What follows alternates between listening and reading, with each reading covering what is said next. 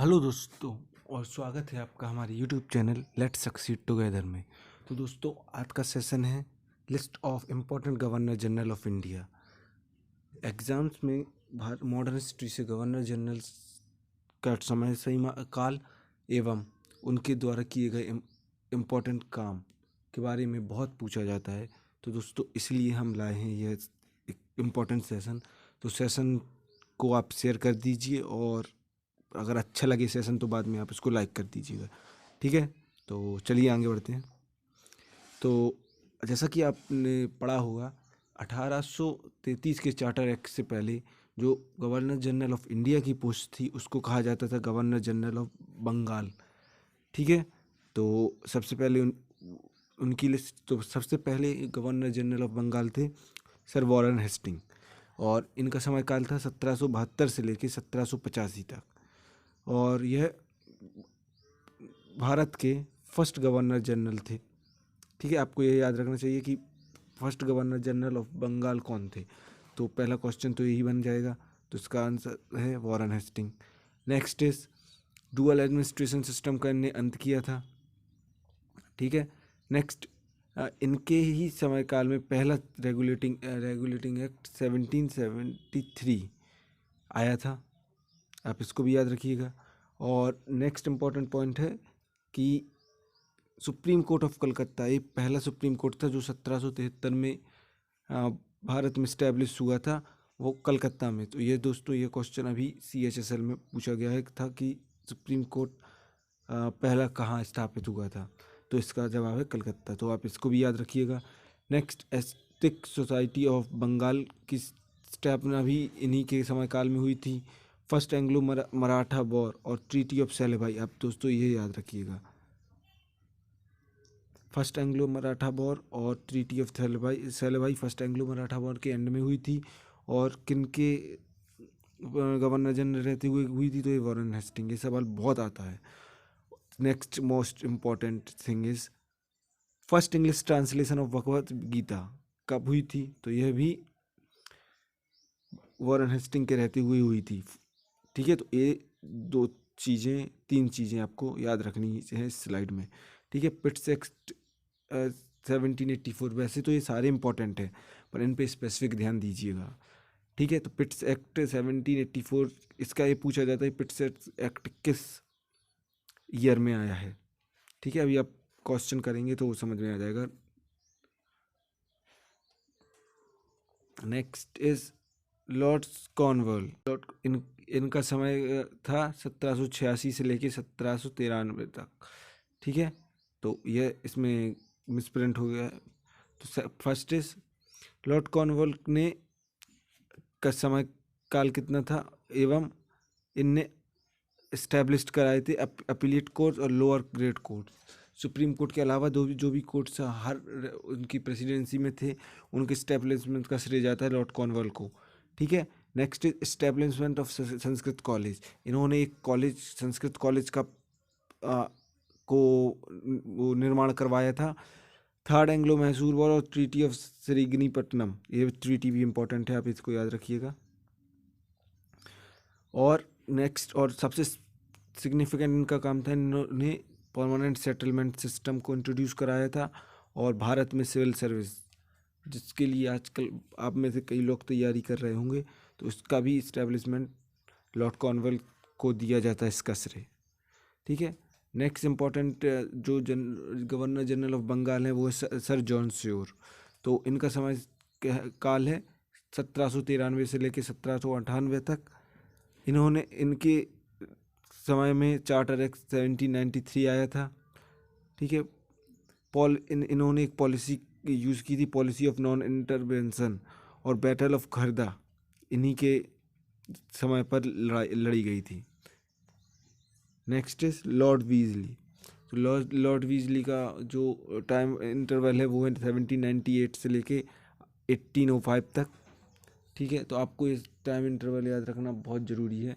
Next is इन्होंने यह भी याद रखिएगा कि introduction of subsidiary alliance system इन्हीं के अंडर आई थी। फोर्थ एंग्लो मैसूर वॉर और ट्रीटी ऑफ वेसन भी लॉर्ड वीजली के गवर्नर जनरल रहते हुए हुई थी। सेकंड एंग्लो मराठा वॉर में भी ये थे।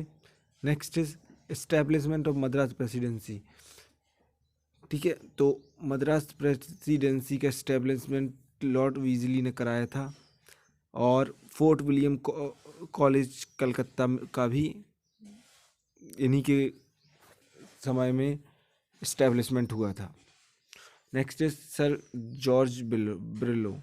तो ये इनके टाइम फ्रेम है 1805 से लेकर 1807। ठीक है, ये एक इंटरिम, ये क्वेश्चन आता है कि acting governor general of India, India भी कह सकते हैं, बंगाल है वैसे, तो acting governor general of India कौन थे? तो ये थे सर जॉर्ज बिरलो।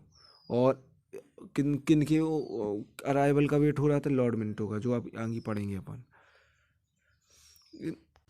इनके रहते हुए जो ब्रिटिश एरिया का टेरिटरी थी वो कम, मतलब वो कम होने लगी थी, क्योंकि यह ज़्यादातर इकोनॉमी और रिट्रेंचमेंट को बढ़ावा देते थे, इनको वो पसंद था। और इन्हीं के रहते हुए म्यूटनी ऑफ बल्लोर हुई थी 1806 में। ठीक है, next is Lord Minto one. तो जो लॉर्ड मिंटो फर्स्ट थे, उनका टाइम फ्रेम था 1807 से लेकर 1813 तक।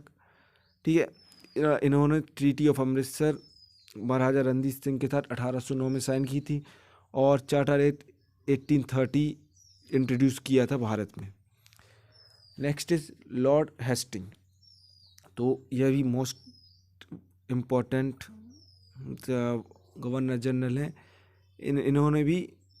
इन्होंने जो sir John Shore non intervention policy लाई थी उसको ख़त्म किया था। थर्ड एंग्लो मराठा वॉर लड़ी थी। अवॉयलेशन ऑफ पेशवाशिप इंट्रोड्यूस किया था। Establishment of ryotwari system in Madras, ये इम्पोर्टेंट है, आप इसको भी याद रखिएगा। और बॉम्बे और मद्रास में रौतारी सिस्टम का इंट्रोड्यूस किया था, और मालवारी सिस्टम का भी यूज़ किया था नॉर्थ वेस्ट प्रोविंस और बॉम्बे में। ठीक है, आप ये दोनों याद रखना चाहिए इस स्लाइड में। नेक्स्ट इज लॉर्ड हैम्स्ट्रेन। तो ये थे, इनका टाइम फ्रेम था 1823 से लेकर 1828 तक। एनेक्सेशन ऑफ आसाम और पहली बर्मीज़ वॉर इन्होंने लड़ी थी 1824 में, ये इनके गवर्नर जनरल रहते हुए भारत के। म्यूटनी ऑफ बैरकपुर इन 1824 में जो विद्रोह हुआ था बैरकपुर में, वो भी इन्हीं के रहते हुए हुआ था।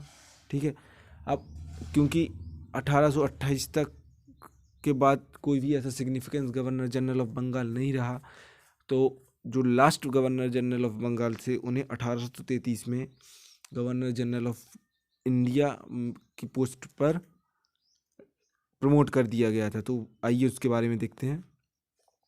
तो सर लॉर्ड विलियम बेंटिक, तो 1828 से लेकर 1845 तक इनका टाइम फ्रेम है, परंतु 1833 से 1835 तक वो गवर्नर जनरल ऑफ बंगाल नहीं, गवर्नर जनरल ऑफ इंडिया रहे। तो आप इसमें कंफ्यूज ना होइएगा। ठीक है, चार्टर एक्ट 1833 में गवर्नर जनरल ऑफ बंगाल की पोस्ट को गवर्नर जनरल ऑफ इंडिया कर दिया गया था। तो ये first governor general of India रहे। ठीक है, अबॉलिशन ऑफ सती विथ, मतलब राजा राम मोहन रॉय के साथ मिलकर इन्होंने भारत में किया था। ठीक है, और सप्रेशन, इन्होंने बहुत सारे सोशल वर्क किए थे, जैसे ठगी और इन्फेंसिटाइड, भ्रूण ऑफ चाइल्ड सेक्रीफाइस, जो बच्चों की बलि देना हो गया, भ्रूण हत्या हो गई, इन सबको, और नवजात शिशुओं को मारना हो गया, इन सबको रोका था। इंग्लिश एजुकेशन एक्ट ऑफ 1835 का इंट्रोड्यूस किया था इनने, और मेडिकल कॉलेज और हॉस्पिटल का एस्टेब्लिश किया था कोलकाता में, जो पहले कलकत्ता था। Okay, next is lord Charles Metcalfe. तो इनका टाइम फ्रेम था 1835 से लेकर 1836, 1 साल के लिए रहे थे। इन्होंने ये भारत की जो प्रेस थी उसको आज़ाद किया था कि प्रेस अपने हिसाब से कुछ भी लिख सकती है, और उस पर लगे सारे प्रतिबंधों को खोल दिया गया था। तो आप लिबरेटर ऑफ इंडियन प्रेस कौन है? तो ये लॉर्ड चार्ल्स मेलकेफ। ठीक है, नेक्स्ट इज लॉर्ड ऑकलैंड। 1836 से 1842 तक ये governor general of India Bharat के रहे।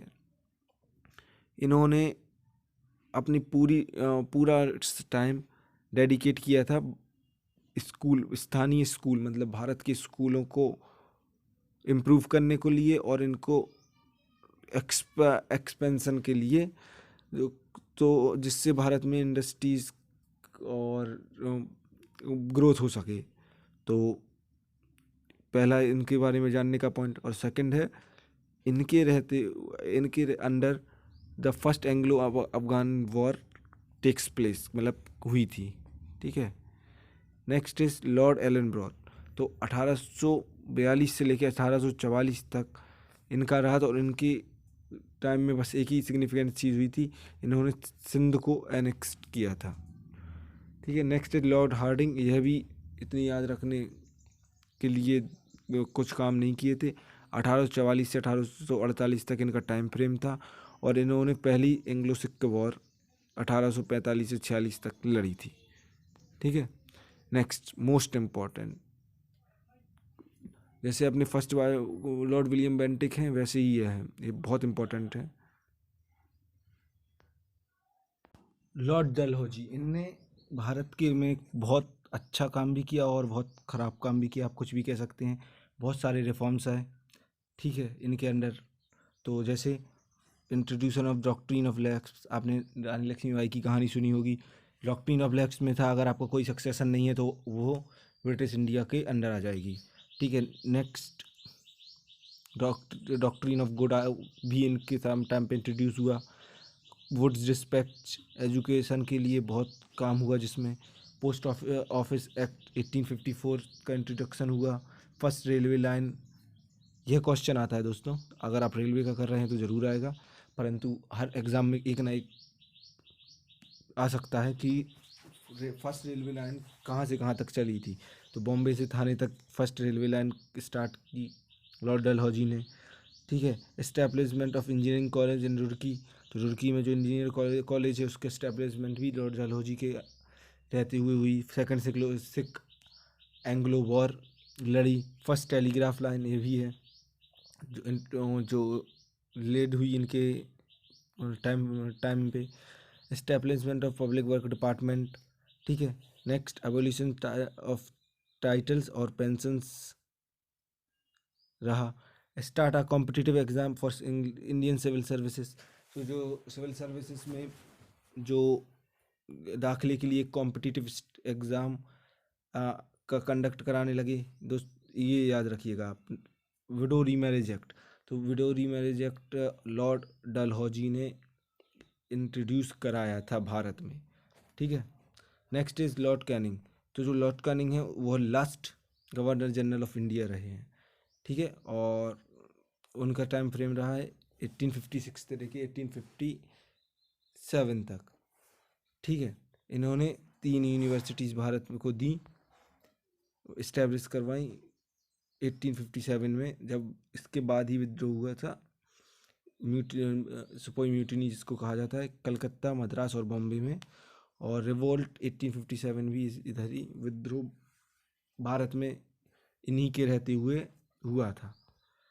ठीक है, इसके बाद जो 1857 का जो रिवोल्ट हुआ था, उसके बाद भारत को सीधे क्राउन से मतलब ब्रिटेन से चलाने की बात हुई और जो गवर्नर जनरल की पोस्ट थी उसको हटा के वायसराय की पोस्ट जो ब्रिटिश इंडिया में बना दिया था।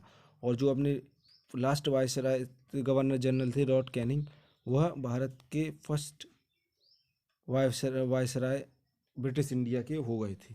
तो दोस्तों उनके बारे में हम बाद में नेक्स्ट वीडियो आएगी उसमें बात करेंगे। अगर आपने सब्सक्राइब ना किया हो तो अपडेट के लिए इसको सब्सक्राइब कर लीजिएगा। और पूरी वीडियो देखने के लिए थैंक यू।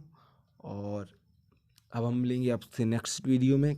और आप जितना शेयर कर सकते हैं उसको वीडियो को शेयर कीजिए। और keep watching, keep learning. Bye bye. और अगर आपको इसकी PDF चाहिए तो आप कमेंट सेक्शन में लिख दीजिएगा, हम आपको टेलीग्राम लिंक आपको उधर ही दे देंगे। Okay, bye.